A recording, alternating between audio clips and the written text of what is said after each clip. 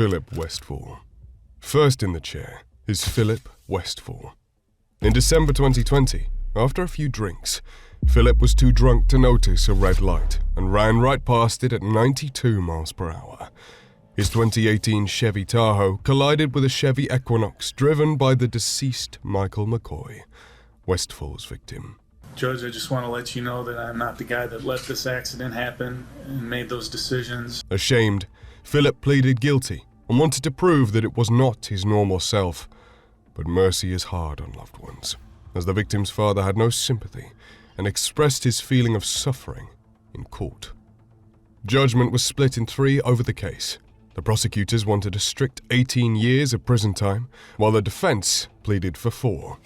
With such a massive split, Honorable Tampa Judge Mark Kaiser would not waver and delivered a prison sentence of 15 years with an additional 5 for probation. Will liquid courage ever stop taking innocent lives and breaking the hearts of fathers and loved ones? You'll be the judge of that. Jeffrey Levi. I made very serious mistakes with detrimental consequences.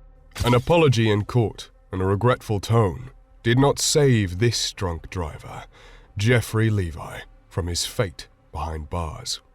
In San Diego in January 2018, Jeffrey Levi was driving his Mustang over 100 miles per hour while under the influence of alcohol. His irresponsibility led to a domino effect of first slamming into a Corolla that later burst into flames as another SUV hit it. Levi has the death of 2 young people, Isaac Felix and Jesus Dominguez, on his conscience. Not only that, but he also injured Giovanna Dominguez and a police officer. With such a heavy weight on his conscience, he apologized intensively in court and to the judge, saying that he's an alcoholic who relapsed. I made very serious mistakes with detrimental consequences. I relapsed.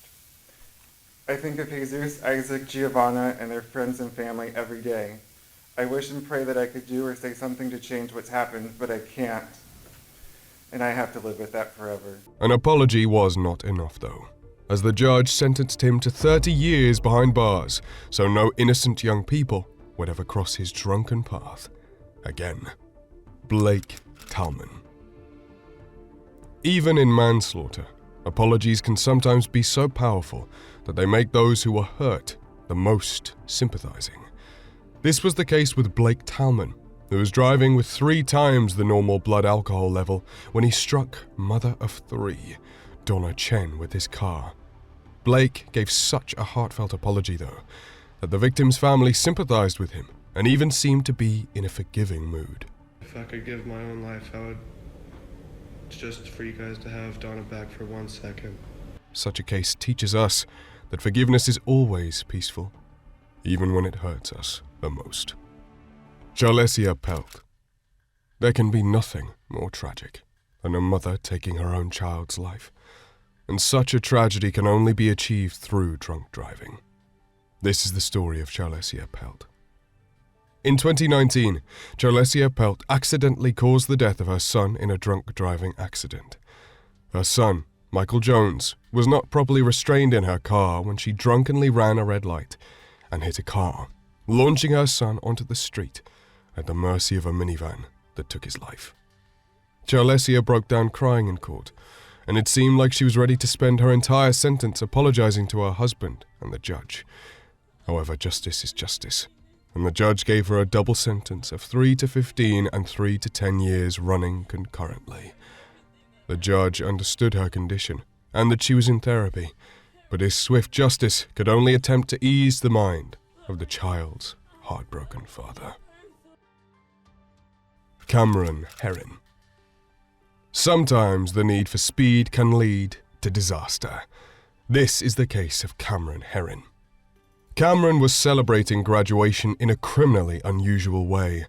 A street race that, instead of ending with candles, ended with the death of a 24-year-old, Jessica Reisinger Rabinold, and her toddler. The enraged family of the victim asked for a full 30 years of prison, but the judge sentenced him to 24 years on 2 counts of vehicular manslaughter, 1 count of 9 years and another of 15. Such is the result of extreme thrill-seeking. Jorge Solis. Next up is Jorge Solis.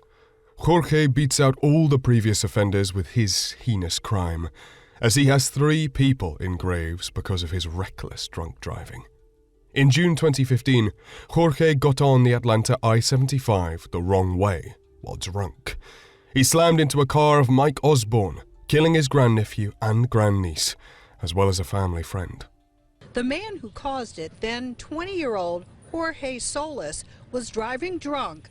In June 2015, he was going the wrong way with no lights on. He was on I-75 in southwest Atlanta when he plowed into the car with the children. Jorge got sentenced to 50 years in prison, which wasn't even enough for the victim's family. The family friend, Mike Furlow's sister, is of the opinion that 50 years was not enough. Sean Lee Blitchington. Another driver with the blood of 3 victims on his hands is Sean Lee Blitchington. On July the 21st, 2018, Blitchington slammed his company's Ford F-150 into the Honda Civic of couple Ryan Chase Kennedy and his fiancée, Bailey Christine McKnight. The tragic accident not only took the couple's lives, but also the life of their unborn 8-month-old child. A drunk driver and a coward, Blitchington even tried to flee the scene of the crime. His escape proved a failure, though, thanks to Florida's finest, as he was found and arrested close to the crime scene shortly after. The victims' families were absolutely heartbroken, especially Ryan Kelly's father, who expressed his true pain at the very idea of living after the death of his son. Blitchington truly got what he deserved. First of all, he suffered a collapsed lung from the crash and was hospitalized. As for his sentence, he faced an earth-shattering 60 years of prison, given by Judge James Daniels. And all the pain, suffering, and burden caused by this accident, it has caused great pain and suffering in the lives of family, friends, and many loved ones. Richard Rish. There is nothing worse than experiencing the death of a loved one firsthand, and this is what Deborah Langmayer suffered at the hands of drunk driver Richard Rish in October 2015. Rish caused a crash on Ottawa's I-196 in his drunken state, crashing into Bernard and Deborah Langmayer's cars. Destiny spared Deborah, but she had to witness the sudden and tragic death of her husband. Deborah opened her eyes after the crash to find the bloody body of her husband, and she had to undergo treatment herself with 25 staples. Crashed into along I-96 near Hudsonville back in May. I remember opening my eyes and seeing Bernie's head, covered in blood, lying on my shoulder. His eyes were open, but he was dead. She says her memory from that day is foggy, but she recalls being taken to the hospital. I remember the staff at the hospital pressing my head together, shooting needle after needle in my head while 25 staples were pounded into my head. Rish was sentenced up to 15 years in prison for the heartless way he took a man from his loving wife. In court, however, we saw the human side of Rish that reminded us that drunk drivers are still humans who realize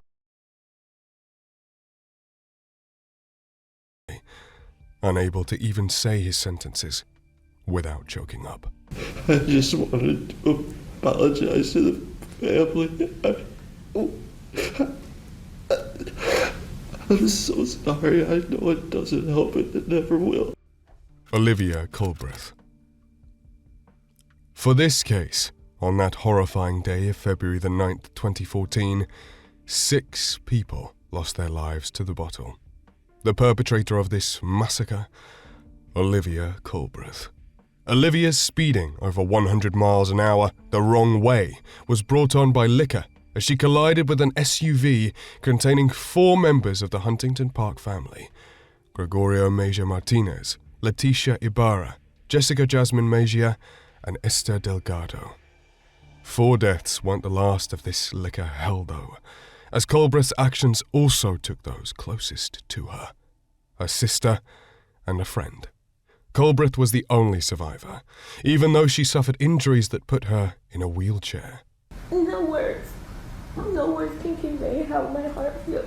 This wasn't Culbreth's first time, though, as she had cases of DUI before and had even had her license suspended. I was wrong. I was so wrong. Heartbreak was all across the courtroom, as everyone was in shock, both those closest to the victim and Culbreth herself, who is clearly mourning the deaths of her sister and friend. Nonetheless, she's facing 30 years of prison time that her little son will have to spend away from her. This is an example of a case where even justice was cold, and no one won in the end. Finally, all we can do is mourn those who lost their lives, and hope that the drivers have realized their mistakes, as we hold them as an example for the terror alcohol can have on the road. Once again, this was caught on camera.